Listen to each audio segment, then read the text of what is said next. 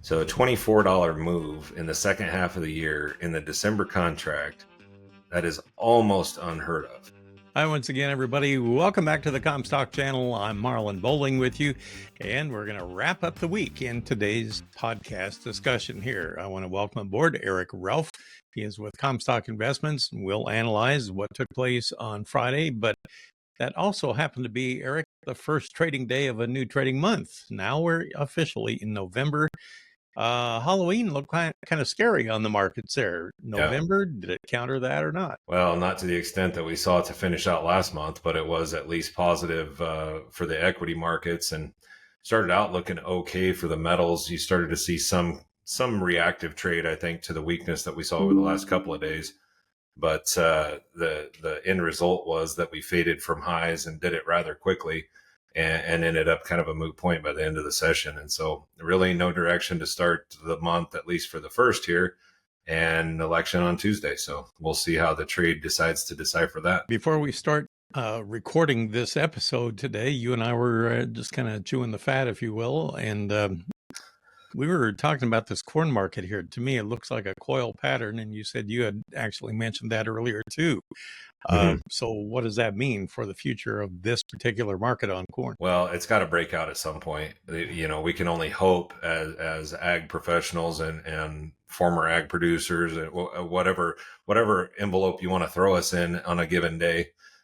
We can only hope that that's a breakout to the top side, but it doesn't necessarily have to be. In the case of the corn, I think the case is there to be made that it should be a topside breakout. It's just a matter of how much weight we're going to see from the other markets.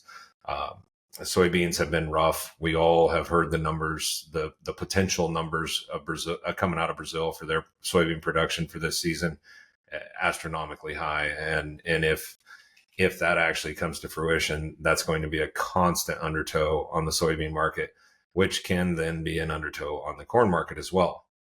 That aside, you've got Russia continuing to cut rates on their wheat. I think their FOB lost 2% over the past week, and they're continuing to sell at cheap rates, which then puts pressure on the Paris market, then puts pressure on the U.S. markets. If they're going to continue to sell at those lower prices, the wheat's going to struggle. If the wheat struggles, that's going to put some pressure on the corn. On its own merits, the corn market looks good. The ethanol demand is good. The export demand's been excellent. We saw another big daily flash sale today, and we're continuing to see that. We had weekly sales north of 2 million metric tons, another 781,000 tons today. It's just really impressive. But the general consensus is that those purchases are going to shut off sooner than later, and the USDA may not be too far off on their projections for a lot of these different sectors of the corn market. You know, I was a little bit afraid that maybe we would see more of a sell-off in the wheat after the rain that came through the Midwest and the plains. Well, and from what I'm hearing from family and friends, and Western Kansas missed a lot of it. That's where a lot of your HRW country is. But then there's another system supposed to be developing. It doesn't look like it's going to hit them in earnest either. It's kind of building off to the east of them. And if you're at all familiar with the geography of how storms develop in that part of the country, there can be a finite line that misses a lot of the wheat country and it develops just east of it and then moves east. So you're going to see rains fall across a big portion of the central U.S. It's whether or not they build far enough west to make a big impact for the grazing wheat country in particular. But right now, the market's at least pricing in some of that, and that's where we saw the weakness here today. It wasn't very sharp weakness, but we were off the lows by the finish. Maybe that's a sign that they're not trusting the forecast is going to be quite right, or it is going to miss some of those bigger production areas. Well, the wheat market overall, if you look at a daily pattern, it's just kind of sideways and going nowhere fast. Yeah. Is this a bad time of year to expect anything out of that? Well, normally you would see something because even though maybe by April or May it doesn't have too much of a lasting impact, but at least usually you see winter wheat weather being traded this time of year, and they don't seem to be paying it too much attention this year, which is kind of unusual. So I guess it is a little out of the ordinary. We're still seeing some broad daily ranges, but it's a lot of movement to go nowhere. And we're just staying between some key retracement levels within the broader chart picture.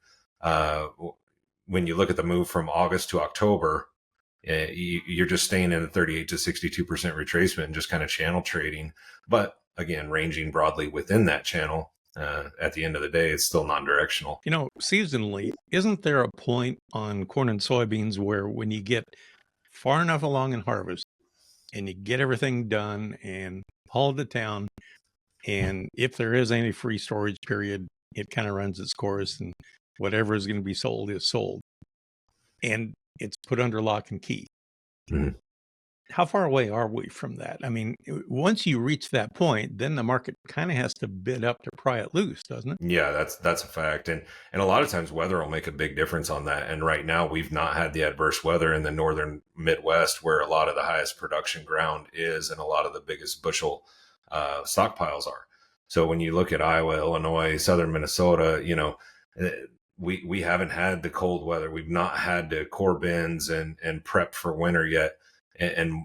Until that has to happen, then you don't necessarily have to batten down the hatches. It's not locking the door yet, and so I don't see that happening in the nearby forecast either. There could still be some trickle out here for a while. What about these outside markets? How big of a drag are they on the ag commodity markets? Or are they actually helping to hold them up a little bit? When you see sharp weakness in major macro markets like what we saw this week, and I think at one point, and I'll have my numbers off a little bit, but you had sharp losses in equities, metals.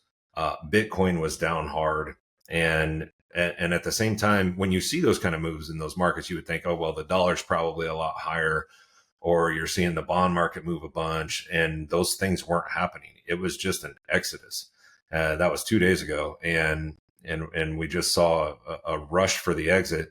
And I don't know if that was kind of some early election preparation. I'm not real sure. It does kind of make me chuckle a little bit when I think about all this trade talk regarding the election. The election takes place, and then 2 months later, you get a new commander in chief.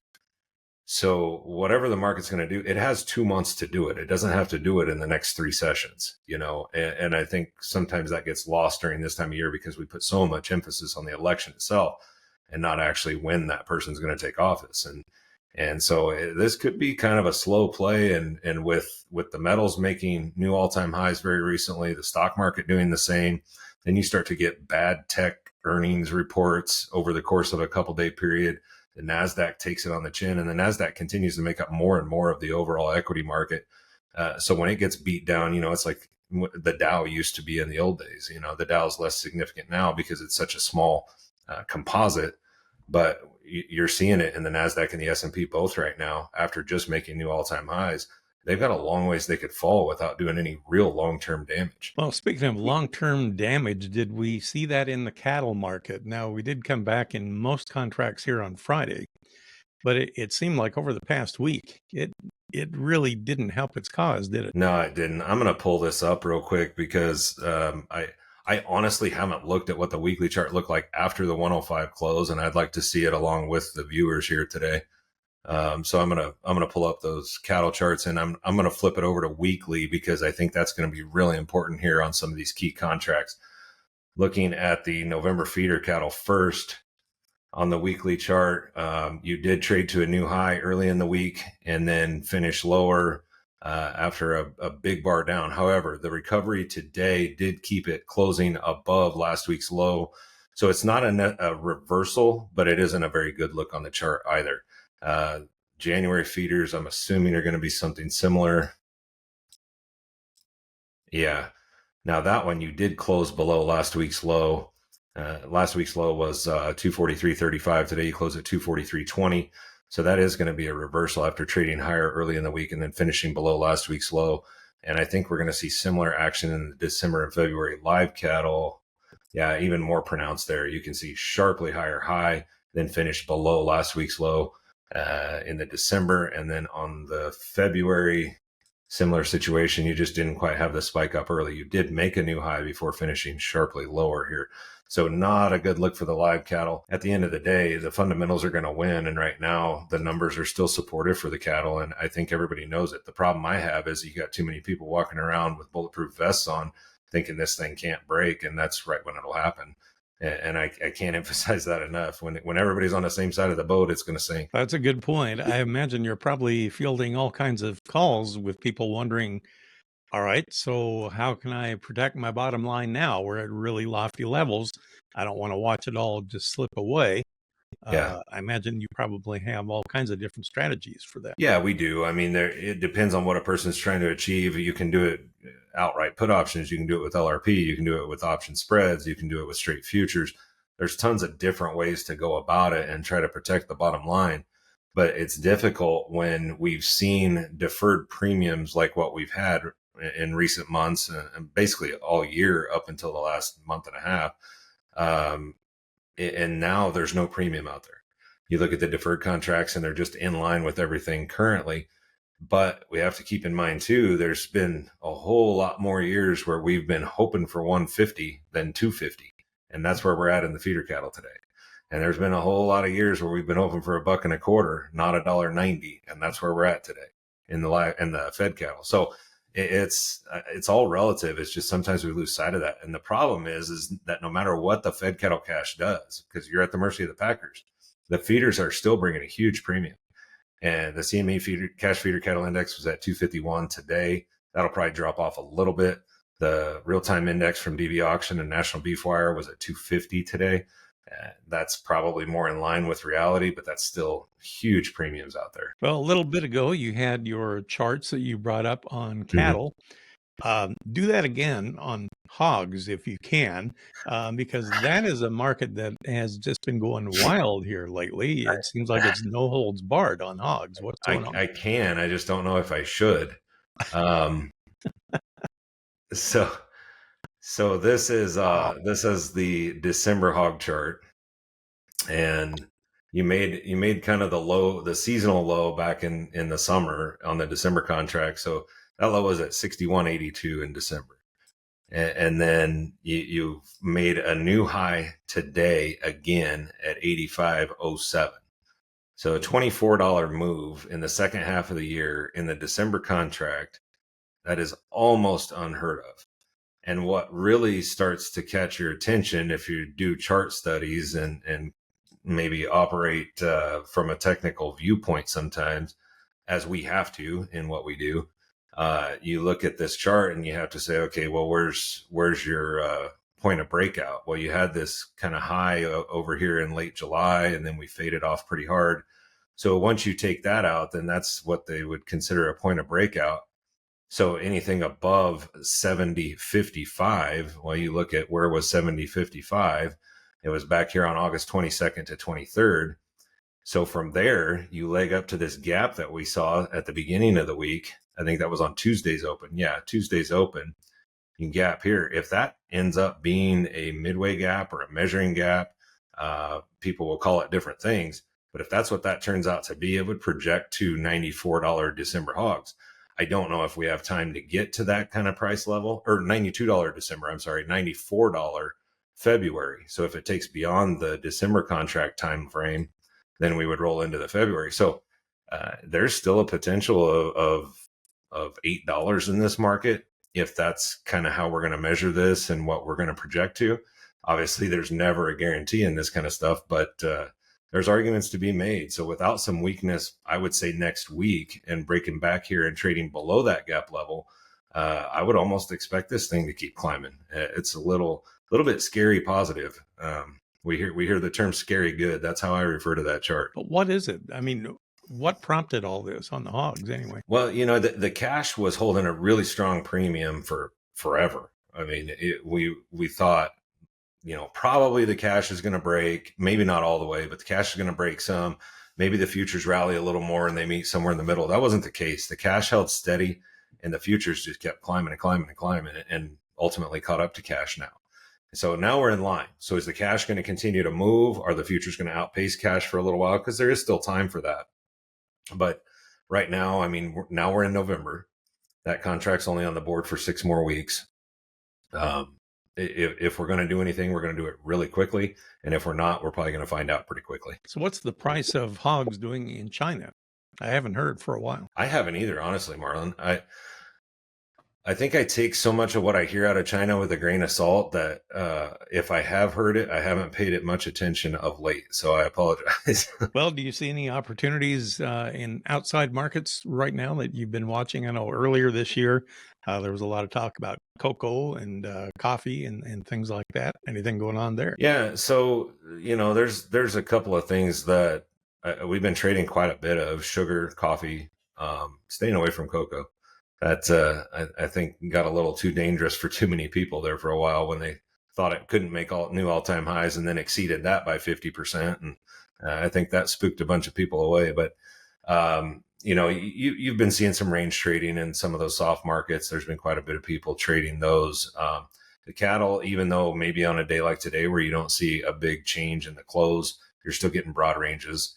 The markets have been very tradable, and I really think that once the corn does have a breakout, from a technical standpoint, I don't care which side it is, you're going to see a lot of activity move back into the grain markets.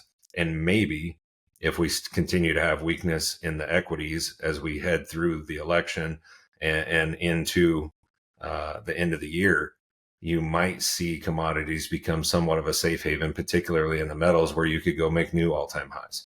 I wouldn't count that out just yet. Well, next week promises to be pretty interesting. I'll just leave it at that. No matter what happens there, and I would almost venture to say that whatever happens will probably be what nobody expects. So it should be a very interesting week. Thanks for helping us navigate the waters. Always good to hear from you, Eric. Eric Relph of Comstock Investments. And once again, if you have questions that you would like us to address, make sure you post them in the comments below and we'll bring them up on future episodes and discuss.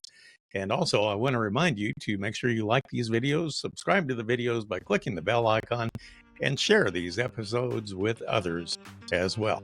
Thanks for the help. For producer Brianne Hendrickson, I'm Marlin Bohling. We'll catch you next time here on the Comstock channel. Futures trading involves risk. The risk of loss in trading futures and/or options is substantial, and each investor and/or trader must consider whether this is a suitable investment. Past performance is not indicative of future results.